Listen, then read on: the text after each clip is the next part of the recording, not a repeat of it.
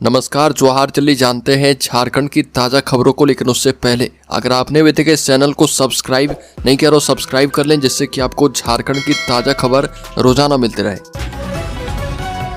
सबसे पहली खबर, पीएलएफआई के दो गुटों में विवाद के बाद गोलीबारी। पश्चिमी सिंहभूम के फुलझरी नदी किनारे मिला शव। प्रतिबंधित नक्सली संगठन पीएलएफआई के दो गुटों के बीच हुए मुठभेड़ में दो नक्सली मारे गए नक्सलियों के नाम परवेल सांडी पूर्ति और आंशिक ताती है। नक्सली संगठन पीएलएफआई के नक्सलियों के बीच आपस का मुठभेड़ पश्चिमी सिंहभूम जिले के बंदगांव और खूंटी जिले के मुरहू सीमा क्षेत्र में फूलझरी नदी के किनारे हुआ है।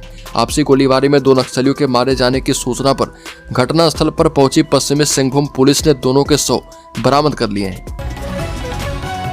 अगली खबर, झारखंड में एक बार फिर से ठंड की वापसी। उत्तर की ओर से आ रही हवा से बदलेगा मौसम। 4 डिग्री तक गिरेगा तापमान। बता दें कि 36 डिग्री तक पहुंचा झारखंड का तापमान। अगले 2 दिन में 4 डिग्री तक गिरने वाला है और इस वजह से मार्च में ही लग रही गर्मी से थोड़ी राहत मिलेगी। उत्तर भारत में हो रही बर्फबारी और बारिश का प्रभाव झारखंड में पड़ने वाला है और इस दिशा से आने वाली हवा राज्य के तापमान में बदलाव लाएगी।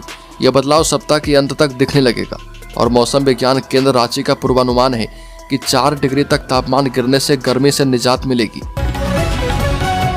अगली खबर, किसानों को सब्सिडी सिंचाई की सुविधा और छात्रों को मुफ्त शिक्षण सामग्री डिजिटल शिक्षा देने पर अब जोर देगी सरकार। गांव की सड़कों, खेत, किसान, आंगनबाड़ी केंद्र और शिक्षा पर सरकार का फोकस है। किसानों के लिए 500 करोड़ की सब्सिडी योजना लाई गई है। सिंचाई सुविधाओं के विस्तार के लिए 3200 करोड़ रुपए खर्च होंगे और झारखंड कृषि समृद्धि योजना में किसानों को आधुनिक तकनीक से जोड़ने की पहल की गई है। वहीं सरकारी स्कूलों के बुनियादी ढांचे को मजबूत करने के लिए बजट में 6500 करोड़ रुपए दिए गए हैं। छात्रों को मुफ्त शिक्षा सामग्री और डिजिटल शिक्षा देने की योजना है। अगली खबर, आलमगीर आलम के मामले पर सुनवाई 7 को होगी। हाईकोर्ट में 7 मार्च को टेंडर घोटाले के जरिए करोड़ों रुपए की मनी लॉन्ड्रिंग के आरोपी पूर्व मंत्री आलमगीर आलम और उनके ओएसडी रहे संजीव लाल की जमानत याचिका पर सुनवाई की जाएगी। दोनों आरोपियों की जमानत याचिका हाईकोर्ट के न्यायाधीश जस्टिस सुजीत नारायण प्रसाद की कोर्ट में सुनवाई के लिए सूचीबद्ध है। मालूम हो कि आलमगीर आलम और संजीव लाल दोनों आरोपियों को ईडी की विशेष कोर्ट ने जमानत देने से इनकार कर दिया था। उनकी जमानत याचिका भी खारिज कर दी गई थी, जिसके बाद दोनों ने हाई कोर्ट में जमानत याचिका दायर की है और पूर्व में मामले की सुनवाई करते हुए हाई कोर्ट ने ईडी से जवाब मांगा है। अगली खबर, झारखंड में होगा राजकीय बैद्यनाथ महोत्सव। देवघर को झुमाएंगे श्रीवल्ली फेम बॉलीवुड सिंगर जावेद अली। बता दें कि देवघर में 6 मार्च से शुरू हो रहे 3 दिवसीय राजकीय बैद्यनाथ महोत्सव 2025 में मिनी भारत की झलक देखने को मिलेगी और इसमें बॉलीवुड कलाकारों के साथ साथ झारखंड सहित राजस्थान, असम, बिहार, बंगाल, पंजाब, ओडिशा आदि राज्य के कलाकार अपनी अपनी प्रस्तुति देंगे।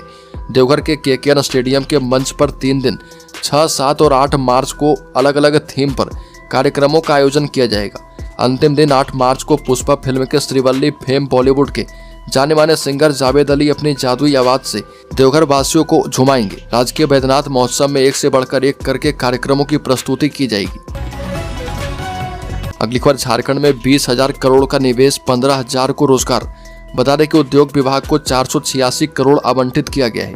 आगामी वित्तीय वर्ष 2025-26 में सरकार का जोर राज्य में अनुकूल औद्योगिक वातावरण के निर्माण सहित उद्योगों के विकास और विस्तार, विशेषकर मध्यम, लघु और सूक्ष्म उद्योगों की प्रधानता पर है।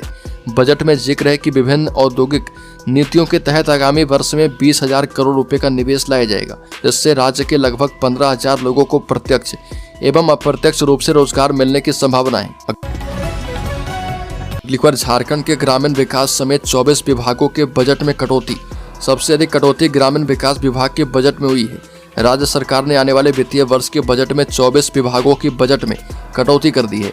19 विभाग के बजट में या तो बढ़ोतरी की गई है या चालू वित्तीय वर्ष की तरह ही रखा गया है। स्वास्थ्य विभाग के बजट में भी भारी कटौती की गई। सबसे अधिक बजट समाज कल्याण का बढ़ा है। ग्रामीण विकास विभाग के बजट में चालू वित्तीय वर्ष की तुलना में करीब 2395 करोड़ रुपए की कटौती की गई है। अगली खबर, लीगल अफसर की नियुक्ति नहीं, 35 दिनों से एक भी नक्शा नहीं हुआ पास। रांची नगर निगम और रांची क्षेत्रीय विकास प्राधिकार में पिछले 35 दिनों से नक्शा का कामकाज पूरी तरह से ठप है और यह स्थिति लीगल अफसर की नियुक्ति नहीं होने से हुई है। नक्शा पास नहीं होने से प्रतिदिन दर्जनों आवेदक निगम और आरआरडीए का चक्कर लगा रहे और यहाँ आकर कर्मियों से बहस भी कर रहे। यहाँ पर कार्य करने वाले कर्मी लोगों को सीधा जवाब भी दे रहे कि जब तक लीगल अफसर कि नियुक्ति सरकार नहीं करती है तब तक हम लोग कुछ भी नहीं कर सकते। एक बार लीगल अफसर की नियुक्ति हो जाने दीजिए, उसके बाद नक्शा पास होना शुरू हो जाएगा। अगली खबर, विधानसभा के समक्ष महाधरना 5 को, वित्तरहित शिक्षण संस्थानों के अनुदान में 75% बढ़ोतरी और राज्यकर्मी का दर्जा दिए जाने की मांग को लेकर 5 मार्च को विधानसभा के समक्ष महाधरना दिया जाएगा। महाधरना में राज्य में संचालित inter college, high school, Sanskrit school एवं मदरसा के हजारों शिक्षक और कर्मचारी शामिल होंगे। 11 मार्च को पूरे राज्य में 1250 intermediate college, high school, Sanskrit school एवं मदरसा में कार्य करने वाले 10,000 शिक्षक कर्मचारी शैक्षणिक हड़ताल पर रहेंगे और उस दिन सारे वित्तरहित संस्थाएं बंद रहेगी। उक्त आंदोलन झारखंड राज्य वित्तरहित शिक्षा संयुक्त संघर्ष मोर्चा के तत्वाधान में किया जाएगा। अगली खबर, झारखंड बजट पर विपक्ष ने हेमंत सोरेन सरकार को घेरा। सत्ता पक्ष ने गिनाई उपलब्धियां। बता दें कि झारखंड के वित्त मंत्री राधाकृष्ण किशोर ने विधानसभा में बजट 2025 पेश किया और इस पर पक्ष विपक्ष के तमाम नेताओं की प्रतिक्रिया देखने को मिली है। झारखंड मुक्ति मोर्चा, कांग्रेस और उसके सहयोगी दलों के नेता बजट को ऐतिहासिक बता रहे, जबकि विपक्ष इसे खोखले दावों वाला बता रहा। विधानसभा के बाहर नेताओं ने बजट पर अपनी प्रतिक्रिया दी है। शिक्षा मंत्री रामदास सोरेन ने कहा कि बजट बहुत अच्छा रहा और यह सकारात्मक एवं स्वागत योग्य है। इस बजट के माध्यम से राज्य सरकार ने राज्य के विकास की गति को तेज करने के लिए कई कदम उठाए। बजट को चाहे भारतीय जनता पार्टी खराब बताए, ये जनता की भावनाओं के मुताबिक है। अगली खबर की बात करें तो बांग्लादेशी घुसपैठी आदिवासी समाज के लिए बड़ा खतरा। लोहरदगा जिला भाजपा नेता अनिल उरांव ने कहा कि बांग्लादेशी घुसपैठी संथाल परगना सहित पूरे झारखंड में आदिवासी समाज के लिए बहुत बड़ा खतरा बन चुके हैं। संथाल परगना में अवैध बांग्लादेशी घुसपैठियों ने यहाँ रह रहे आदिवासी समाज का डेमोग्राफी बदल दिया है। पश्चिम बंगाल के रास्ते से अवैध बांग्लादेशी घुसपैठिए झारखंड में प्रवेश कर रहे हैं और झारखंड हाईकोर्ट ने अवैध रूप से रह रहे बांग्लादेशी घुसपैठियों को चिन्हित करने का आदेश दिया है। बांग्लादेशी घुसपैठिए झारखंड में आकर यहाँ के भोले भाले आदिवासी लड़कियों को लव जिहाद के माध्यम से फंसा करके अवैध रूप से शादी भी कर रहे हैं। अगली बार, झारखंड में किसानों के लिए गुड न्यूज। धान, महुआ समेत इन 7 फसलों की बढ़ेगी एमएसपी। सार्वजनिक वितरण एवं उपभोक्ता मामले के विभाग को 2,863 करोड़ रुपए आवंटित किया गया और बजट में कहा गया कि राज्य के किसानों के कृषि उत्पादों को न्यूनतम समर्थन मूल्य का उचित दर मिले और इसके लिए सरकार प्रतिबद्ध है। राज्य सरकार ने बजट के माध्यम से किसानों को राहत पहुंचाने की कोशिश की।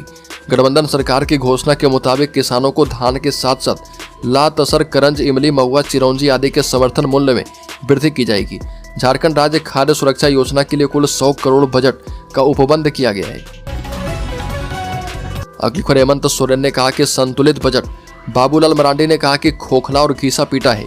बता दें कि झारखंड के मुख्यमंत्री हेमंत सोरेन ने विधानसभा में बजट पेश किए जाने के बाद अपनी प्रतिक्रिया दी।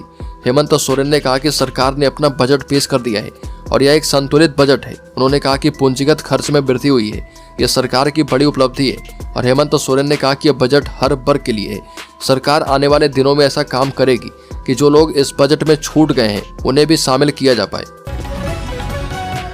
अगली खबर, रघुवर दास ने कहा कि झारखंड सरकार का बजट रंगहीन, गंधहीन और दिशाहीन है। झारखंड के पूर्व मुख्यमंत्री रघुवर दास ने हेमंत सरकार के बजट को गंधहीन, रंगहीन और दिशाहीन बताया। उन्होंने कहा कि बजट किसी राज्य का सिर्फ लेखा जोखा नहीं होता, बल्कि वह राज्य की अर्थव्यवस्था को गति देने वाला होता है। हेमंत सोरेन सरकार अब दिन में सपने देख रही है और अबुआ बजट में अबुआ को ही किनारे कर दिया गया।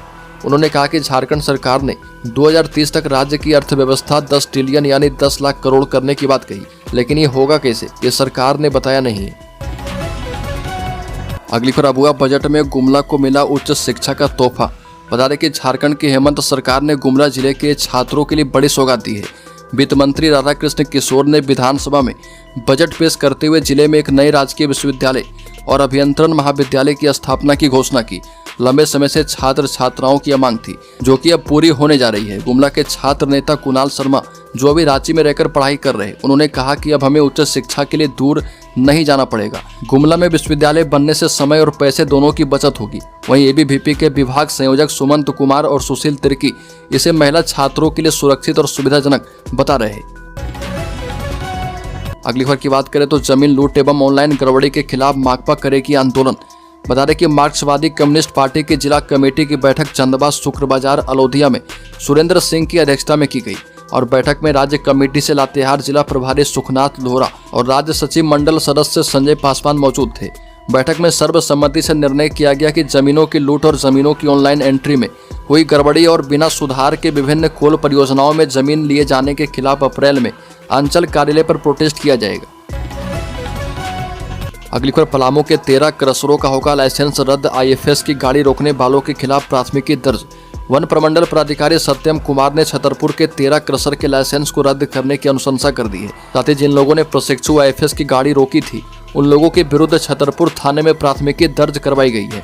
वन विभाग को 15 फरवरी को सूचना मिली थी कि छतरपुर के बरडीहा, होटुकदाग, मुरुमदाग, बचकोमा, चिराई में पत्थर का अवैध खनन किया जा रहा और इसके बाद प्रशिक्षु IFS नवनीत कुमार और मजिस्ट्रेट 17 फरवरी को जांच करने के लिए गए थे और इस दौरान अवैध खनन के साक्ष्य मिले थे।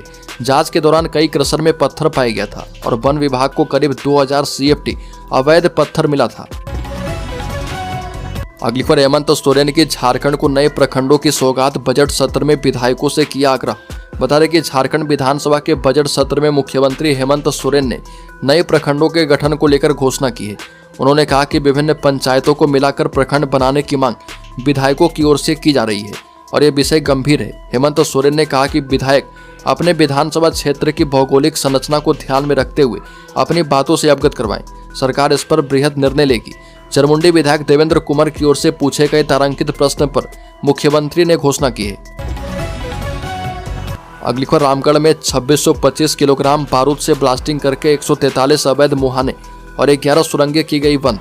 रामगढ़ जिले में कोयले की अवैध खनन पर रोक को लेकर उपायुक्त चंदन कुमार ने जिले के अलग अलग क्षेत्र में अवैध मुहानों को चिन्हित करके उन्हें बंद करने का निर्देश दिया है। DC Chandan Kumar, SP Ajay Kumar, SDO अनुराग कुमार तिवारी, DMO निशांत अभिषेक सहित अन्य अधिकारियों ने मांडू प्रखंड अंतर्गत बसंतपुर क्षेत्र के कोतरे में विभिन्न अवैध मुहानों को चिन्हित किया था और चिन्हित अवैध मुहानों को बंद करने का कार्य आरंभ कर दिया गया था, जो कि रात में खत्म हुआ। अगली खबर, झारखंड के शेयर होल्डर्स इन्वेस्टर्स के लिए सेंसेक्स 300 अंक गिरकर 72,700 के स्तर पर आया। बता दें कि सेंसेक्स 300 अंक गिरकर 72,700 के स्तर पर आ चुका है।